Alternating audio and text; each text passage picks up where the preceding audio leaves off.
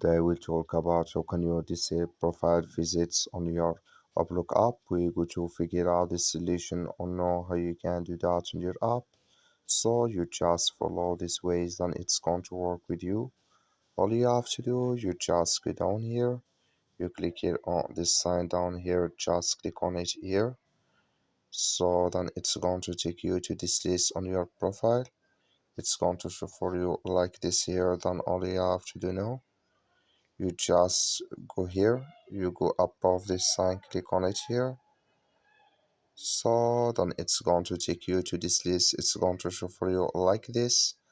Then you click here on notifications, just click on it here. You come to next step here, it's going to show for you like this. Then you come here to profile visits, just click in this sign or this color. Like you see color, it's gone, that's my profile visits disabled with us now.